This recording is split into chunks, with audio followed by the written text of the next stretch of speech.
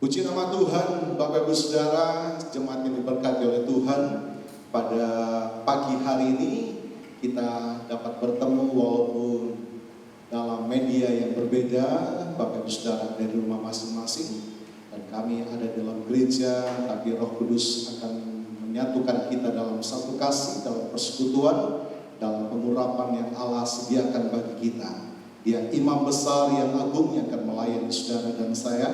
Dan sepanjang ibadah kita 1 jam ke depan, kita rindukan kehadiran Tuhan. Hadir juga bukan saja kami menikmati dalam bait Tuhan, tapi sidang jemaat Tuhan juga menikmati di mana saudara berada, baik di rumah masing-masing. Tuhan Yesus memberkati. Kita akan mulaikan ibadah kita pada pagi hari ini. Kita akan masuk dalam doa. Nanti saya minta Bapak Pendeta Nordi Nayuan akan buka kita dalam doa.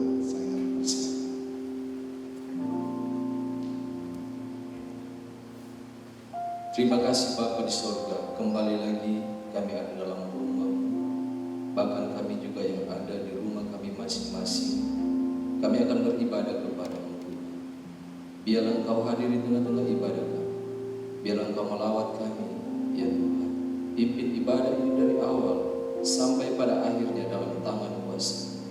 Urapi setiap pelayan-pelayan Tuhan yang Tuhan percayakan untuk melayani pada pagi hari. Di dalam nama Tuhan Yesus kami berdoa. Haleluya.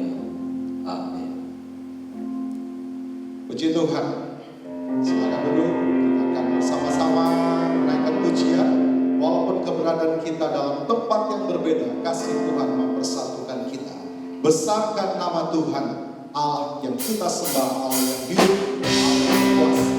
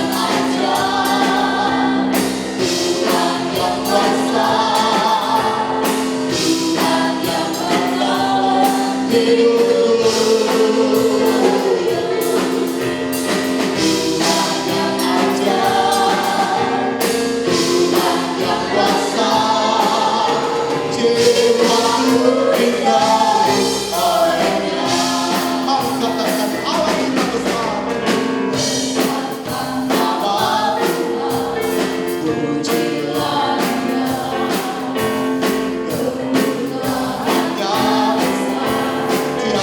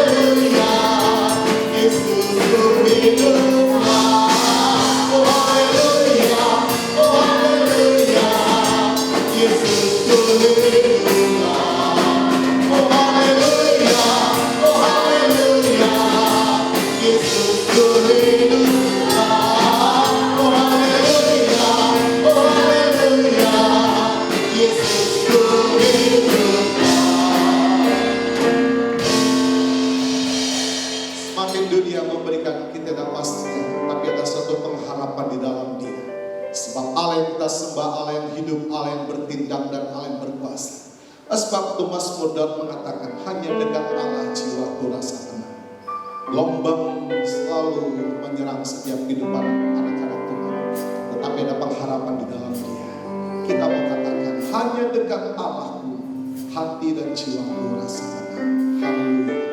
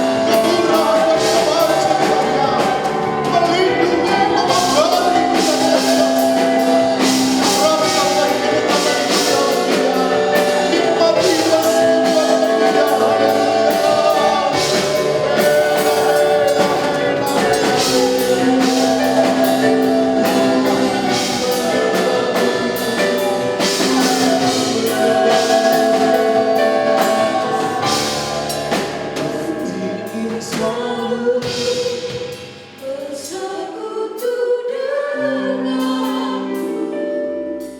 menikmati hadiratmu. Biarkan aku tinggal dalam hidupmu,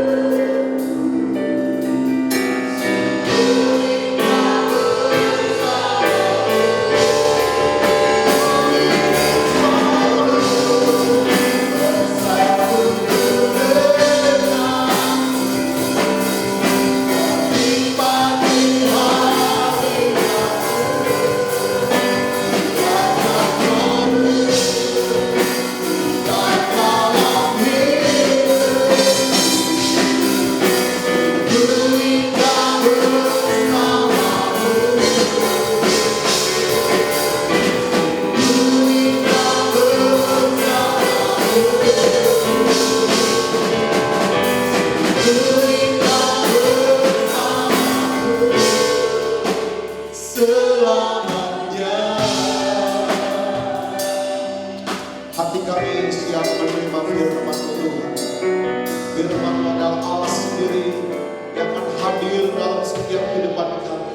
Dimanapun kami berada pada pagi hari ini, kami akan menghargai keberadaan firman Tuhan, menerima dengan iman, mendengar dengan sungguh-sungguh, sebab kami percaya kuasa firman-Mu sanggup bekerja tanpa batas. Dimanapun kami mendengar firman diberitakan pada pagi ini, kami akan terima dengan iman, dan kami akan melihat dan mengalami kuasa firman itu. Engkau hadir mengubahkan segala sesuatu, memulihkan segala sesuatu, bahkan menyatakan kuasa-Mu yang besar hadir dalam setiap persekutuan kami. Melalui hamba-Mu Tuhan, urapan-Mu berlimpah-limpah.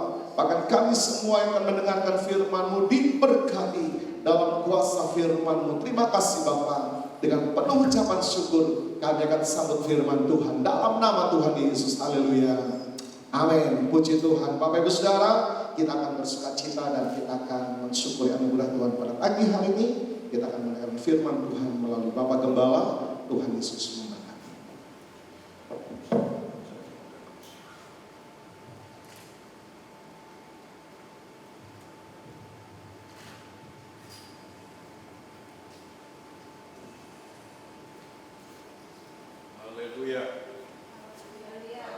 Haleluya. Haleluya. Jemaat Gereja Pantekosta di Indonesia yang dikasihi Tuhan dan yang saya kasihi, baik yang di rumah, dimanapun saudara berada, maupun juga yang ada dalam ruangan gedung gereja ini. Ibadah kita pada hari ini adalah ibadah yang katakanlah istimewa, lain daripada lain, sehubungan dengan anjuran pemerintah Republik Indonesia maupun dari Bapak Kapolri, Kepala Kepolisian Republik Indonesia, yang menghimbau agar menghadapi wabah virus corona yang telah menyapu hampir seluruh bangsa di muka bumi ini, kita pun bangsa Indonesia turut ambil bagian dalam menyikapi dan mengatasi dan sedapat mungkin menghilangkan dampak dari virus corona ini. Sehingga pada kebaktian pagi ini kami akan menyampaikan firman Tuhan yang saya beri judul Hidup Iman Kristiani dalam segala keadaan. Dan ayat pokok kita pagi ini adalah diambil dalam 1 Petrus pasal 4 ayat 7 sampai dengan 8 yang berbunyi seperti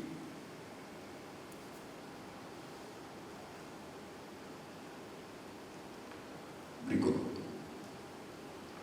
Kesudahan segala sesuatu sudah dekat, karena itu kuasailah dirimu, jadilah tenang, supaya kamu dapat berdoa. Tetapi yang terutama, kasihilah sungguh-sungguh seorang akan yang lain, sebab kasih menutupi banyak sekali dosa.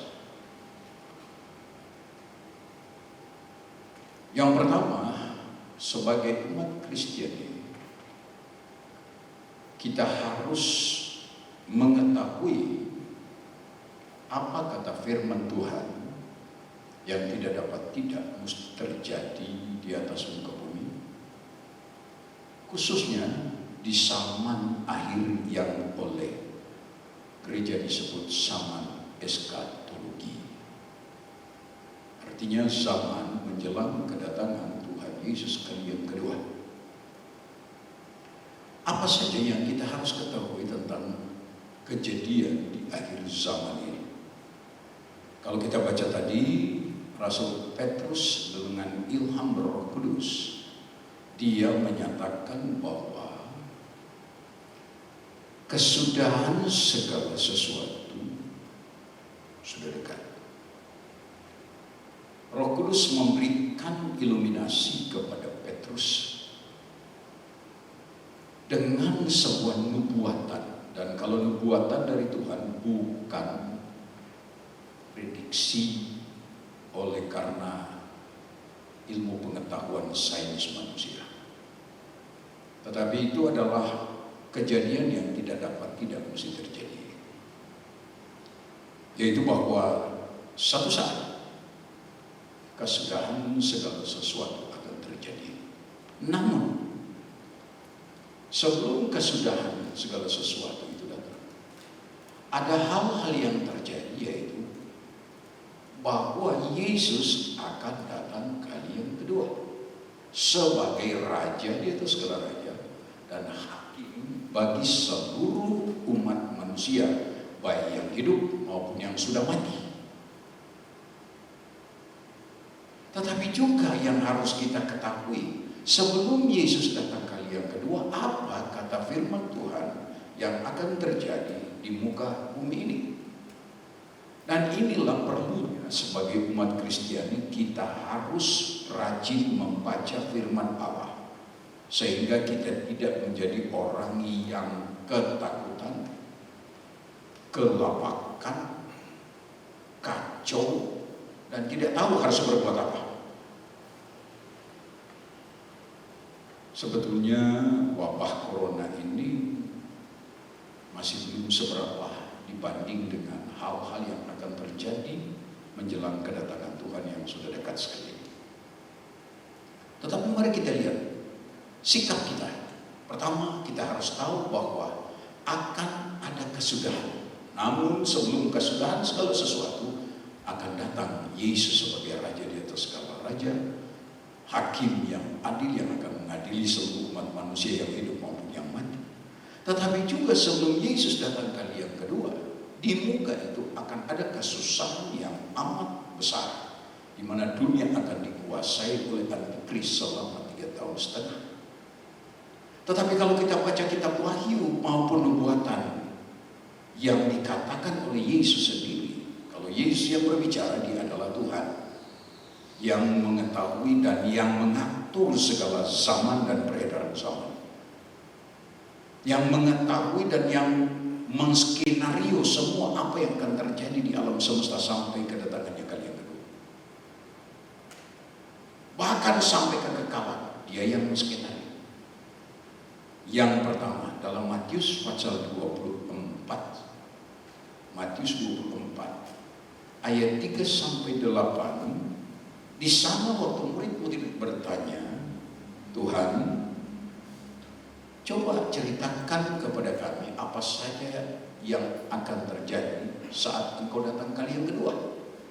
Jadi murid-murid ini tahu betul bahwa Yesus akan datang kali yang kedua, tapi sebelum itu apa yang akan terjadi? Kita baca dalam Matius pasal 24 ayat 3 sampai 8. Di sana disebut akan datang kesukaran di segala kehidupan manusia. Kesukaran di segala aspek kehidupan manusia. Kita baca dalam 1 Timotius, Rasul Paulus berkata demikian, dalam ilham Roh Kudus, sekali lagi bukan oleh kemampuan prediksi analisis manusia, tetapi dalam kemampuan iluminasi atau ilham Roh Kudus. Dia berkata, ketahuilah bahwa pada hari-hari terakhir menjelang Yesus datang kali yang kedua, akan datang masa yang sukar. Sukar dari semua aspek hidup manusia. Baik kesukaran oleh karena problema sosial kemasyarakatan, moral, etika, ekonomi, politik, bahkan ekosistem akan rusak oleh karena ulah manusia, kata firman Tuhan. Saya baru saja membaca bahwa ternyata negara-negara yang berkuasa telah menciptakan ledakan-ledakan atau senjata pemusnah yang sangat dahsyat, yang akan mempengaruhi sistem, bukan saja sistem kehidupan manusia, tapi ekosistem manusia akan rusak oleh ledakan-ledakan ini. Terjadi masa yang sukar. Belum lagi dengan kata firman Allah, deru perang dan kabar perang di sana sini. Jadi ada perang di sana sini, di tiap negara akan muncul, sehingga bangsa bangkit melawan bangsa, kerajaan melawan kerajaan. Dan sejarah mencatat bahwa sejak peradaban manusia ini muncul, ada saja perang antara bangsa dengan bangsa, sehingga dunia modern harus membuat sebuah lembaga yang kalau boleh menghentikan perang di sana sini dengan membentuk perserikatan bangsa-bangsa. Namun fakta dan kenyataan juga lembaga ini tidak mampu menghentikan pertikaian, persaingan, baik persaingan ekonomi, pengetahuan maupun kemiliteran di setiap bangsa. Bahkan untuk meredam kekacauan, sebab kata Alkitab ada kelaparan dan gempa bumi di berbagai tempat, dan Lukas menyatakan ada kekacauan di sana sini. Seluruh dunia sedang menghadapi kekacauan yang dibuat oleh manusia. Nah, sekarang kita menghadapi menurut wahyu yang disampaikan oleh Allah kepada Nabi, kepada Rasul Yohanes, bahwa akan datang malapetaka, bencana yang menimpa dunia. Dan kita baca itu ada dalam Wahyu pasal yang ke-6 ayat 8. Wahyu pasal 6 ayat 8, saya baca bunyinya begini.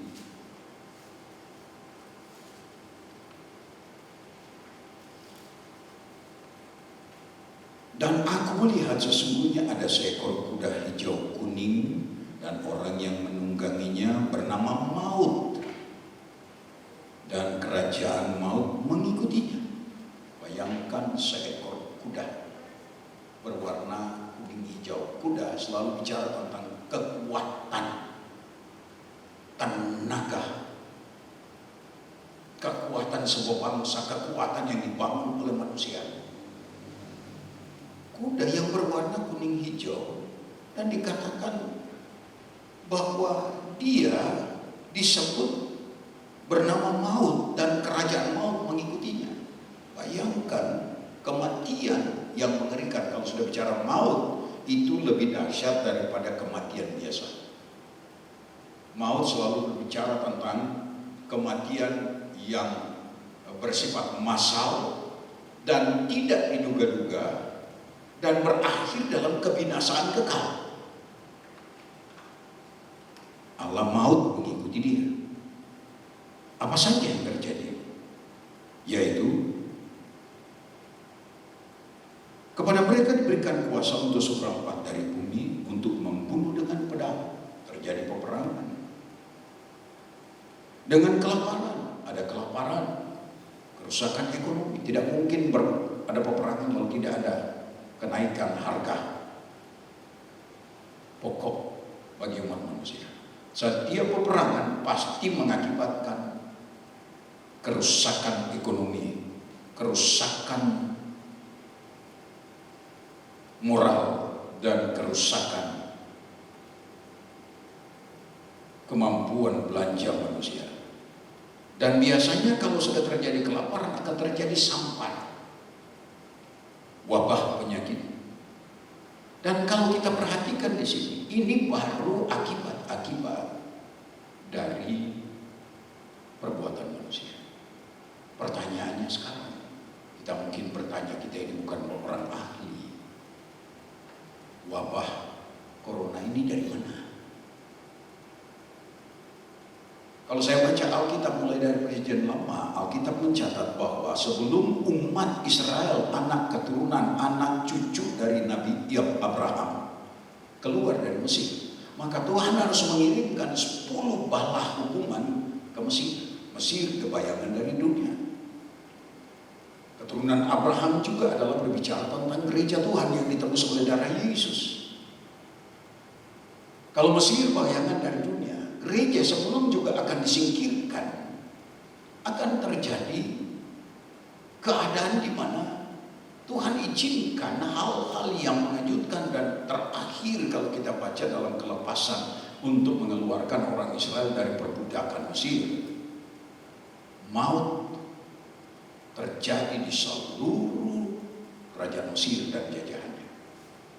Dan saya yakin kita sedang menghadapi hal-hal seperti ini. Maut, kematian akan melanda seluruh dunia. Baru corona, saya katakan baru. Sebab saya yakin akan ada lagi yang lebih dahsyat. Dunia sudah menjadi kacau balau.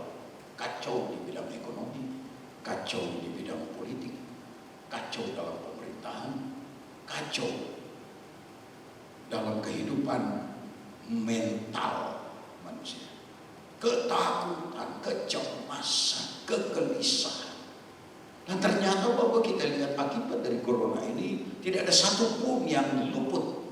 Apakah itu di sebuah negara dan atau komunitas yang terlindungi dengan begitu ketat. Bukti kita baca bahwa kerajaan Inggris, Pangeran Charles terkenal. Siapa tidak mengenal kehebatan proteksi kerajaan Inggris, baik dari sudut keamanan maupun dari sudut kesehatan. Tapi toh tidak luput. Dan tercatat terakhir ini saya baca sudah lebih dari 170 negara terkena dengan wabah ini. Tidak ada satu makhluk yang dapat menyembunyikan diri. Orang kaya biar dia punya uang tidak bisa luput. Seorang pejabat biar dia pejabat tinggi tidak bisa luput.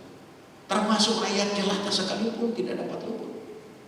Dengan kata lain, seluruh tatanan hidup manusia goncang oleh karena keadaan seperti ini. Nah, dengan demikian kembali kita baca firman Tuhan yang dikatakan oleh Tuhan melalui Rasul Petrus, yaitu supaya kita menguasai diri. Artinya jangan panik,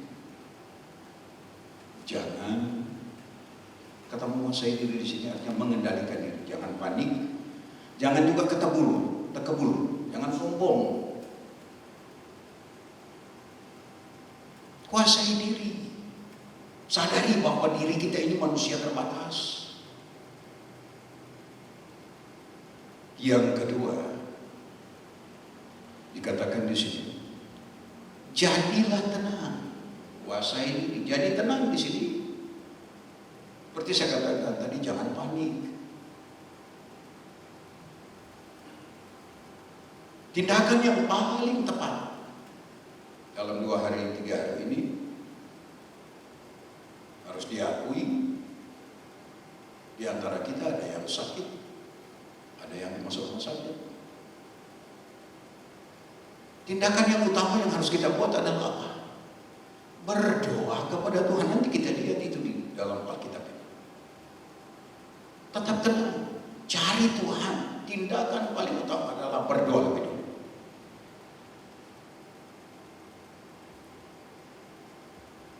Kita bersyukur bahwa Tuhan memberi kepada kita kesempatan, bahkan kebebasan untuk berdoa kepada Tuhan dalam segala keadaan, dalam situasi apapun.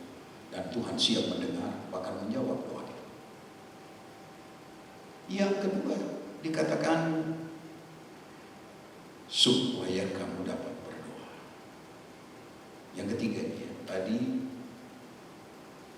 kuasai diri, tetap tenang. Kuasai diri, jadi jangan sombong, jangan juga merasa hebat. Pokoknya tetap kendalikan diri, jangan rakus. Kalau saya bicara tentang kuasai diri ini, termasuk pola makan, pola hidup, hati-hati, pergaulan, merusak. Yang kedua, tetap tenang di sini, jangan panik, cari Tuhan, berdoa. Dan kalau toh sudah mengalami serang penyakit, Alkitab juga bilang, Tuhan Yesus sendiri bilang, orang sakit perlu dokter, panggil dokter. Tapi sekali lagi yang pertama berdoa dulu. Sebab belum tentu barangkali saudara tidak dikena corona, cuma flu biasa. Kalau saudara lapor, saya flu, dokter datang, saudara masuk karantina. Dan keluarga semua masuk karantina. Cari Tuhan dulu. Sebab Tuhan berkata, Yesus sudah mati buat kita. Oleh darahnya kita disucikan, dikuduskan, dibersihkan dari segala dosa. Tapi oleh bilur-bilurnya kita disembuhkan. Jadi yang ketiga adalah berdoa. Jangan berhenti berdoa. Saya himbau seluruh jemaat yang di rumah supaya mengikuti ibadah melalui HP yang ada pada saudara. Ikuti, baca Alkitab, berdoa. Jangan berhenti berdoa. Berdoa itu artinya kita memohon kasih dan kemurahan Tuhan. Kedua, berdoa itu artinya kita menyerahkan segenap hidup kita kepada Tuhan. Berdoa itu artinya menantikan pertolongan dan mujizat Tuhan. Dan berdoa artinya menyerahkan hidup kita dalam pemeliharaan Tuhan. Biar engkau di rumah, sementara engkau baca dan ikuti di HP-mu, berdoa. Pasti Tuhan mengadakan segala perkara. Yang kedua, bagian kedua, di akhir zaman kita harus menjaga baik-baik salah satu faktor nilai tertinggi dalam kehidupan Kristiani. Bahkan saya katakan inilah nilai luhur dalam kehidupan seluruh umat manusia, yaitu tentang kasih. Kenapa terjadi pergeseran, rumah tangga kacau, suami istri cerai, anak broken home, anak jadi gelandangan, masuk dalam perkumpulan kelompok geng yang rusak.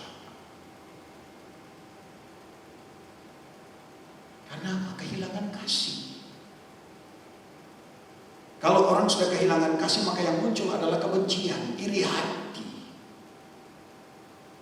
permusuhan. Nah, ini yang harus kita jaga di akhir zaman ini. Sementara kita menghadapi sebuah ancaman yang kita tidak tahu sampai kapan akan berakhir, biarlah kita pelihara diri kita dalam kasih Kristus. Jaga baik-baik.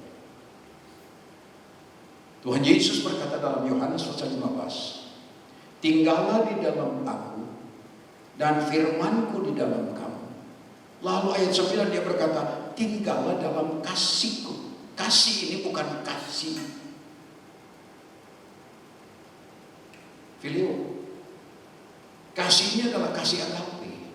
Jadi sejak engkau mengenal Tuhan sebagai orang Kristiani, sebagai orang tebusan Kristus, sebagai orang yang percaya kepada Yesus, kita bisa menyikapi keadaan zaman hari-hari yang terjadi dengan tetap menguasai diri dan tetap tenang, tetap berdoa. Namun diharap kasih. Hiduplah dalam kasih. Kasih apa? Kasih Kristus. Kasih manusia masih bisa emosi lalu mengadakan tindakan yang justru di luar kendali.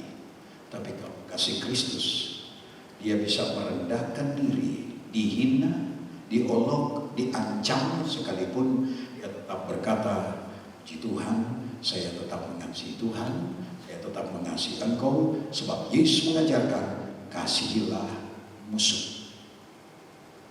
Kiranya roh Tuhan menyertai kita semua, saudara-saudara baik yang ada di gedung gereja ini, maupun yang ada di rumah. Percayalah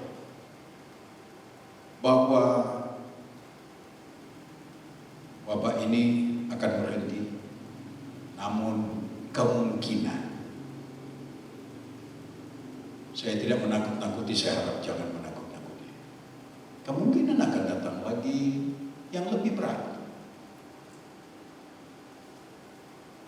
Saya akan tutup firman Allah sebelum kita berdoa dalam Roma pasal 8 ayat yang ke-28 yang berbunyi demikian.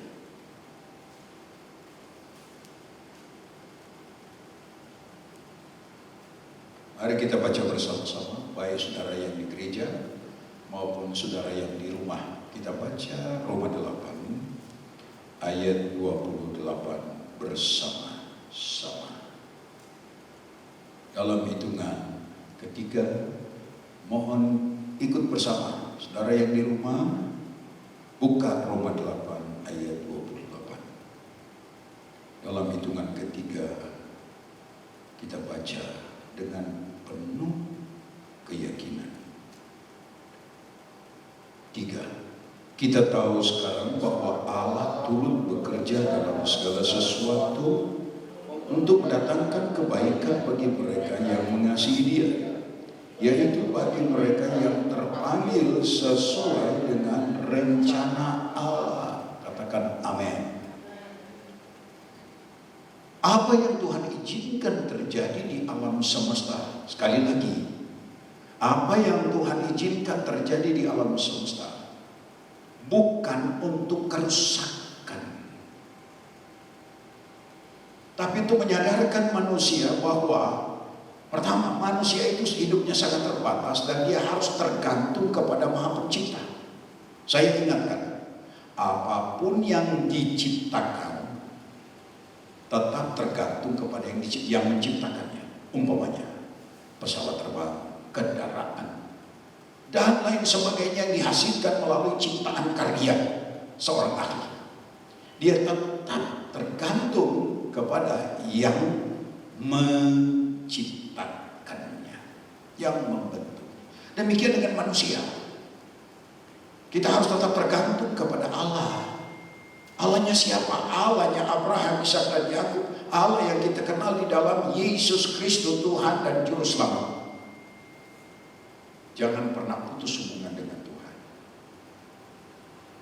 Maka kita akan melihat bahwa apapun yang terjadi justru mendatangkan kebajikan untuk kita makin mendekatkan diri kepada Tuhan makin merendahkan diri dan makin memelihara persaudaraan kasih yang berdasarkan kasih Kristus. Kesimpulan, di zaman akhir ini khususnya dalam menghadapi peristiwa yang sedang mewabah ini, himbauan saya sebagai kepala sidang, marilah kita tetap menguasai diri. Jangan sombong, jangan tekebur, jangan mentang-mentang kita punya kekuatan uang. Kalau kita berkata saya tidak perlu Tuhan. Kedua, tetap tenang. Dalam artian jangan panik, cari Tuhan. Dan kalau toh ada yang mengharuskan ke dokter, pergi ke dokter. Dan yang terakhir, berdoa. Jangan lupa berdoa buat bangsa dan negara, pemerintah kita yang Tuhan sudah percayakan untuk memerintah dalam satu periode ini. Kita harus bersyukur bahwa kita hadir di bangsa yang memiliki Pancasila dengan falsafah utama adalah ketuhanan, di mana tidak ada bangsa atau makhluk manusia di Indonesia yang tidak bertuhan. Bebas kita menyembah kepada Tuhan. Doakan bangsa dan rakyat Indonesia supaya terpelihara dalam kesehatan dan kesejahteraan. Dan berdoa satu dengan yang lain, berdoa buat gereja Tuhan. Mari kita berdiri. Kita akan tutup. Kita akan masuk dalam doa dengan membaca yang telah diciptakan dalam sebuah lagu Mazmur 62 yang berbunyi seperti ini. Mazmur 62 ayat 2 sampai dengan ayat 3. Hanya dekat Allah saja aku tenang, daripadanya lah keselamatanku. Hanyalah Dia gunung batuku, keselamatanku, kota bentengku, aku tidak akan goyah. Mari kita tundukkan kepala. Baik saudara yang di rumah bersama dengan suami, istri, dan anak, dan atau engkau sendiri sebagai umat Kristiani di rumah, dan saudara-saudara yang ada dalam gereja, mari kita tundukkan kepala dan kita berdoa. Ya Tuhan Bapa yang bersemayam di dalam kemuliaan kekal sorga, Allah pencipta langit dan bumi yang maha kudus, Allah yang kami kenal di dalam Yesus Kristus, yang sudah rela merendahkan diri menjadi manusia untuk datang menebus segala dosa-dosa kami, agar kami tidak binasa melainkan beroleh hidup yang kekal, agar kami tidak masuk dalam penghukuman neraka yang kekal, tapi kami masuk dalam sorga yang mulia bersama dengan Allah di dalam kekekalan. Bahkan lebih dari itu, firman berkata bahwa oleh penderitaan Yesus Kristus, oleh bilur-bilur Yesus kami disembuhkan.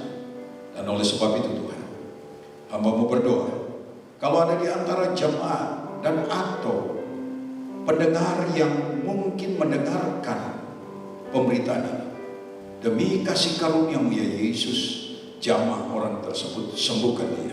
Kalau dia belum mengalami ini, diampuni dosanya.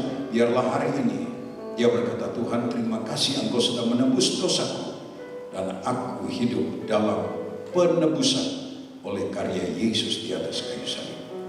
Terima kasih Bapa, terima kasih.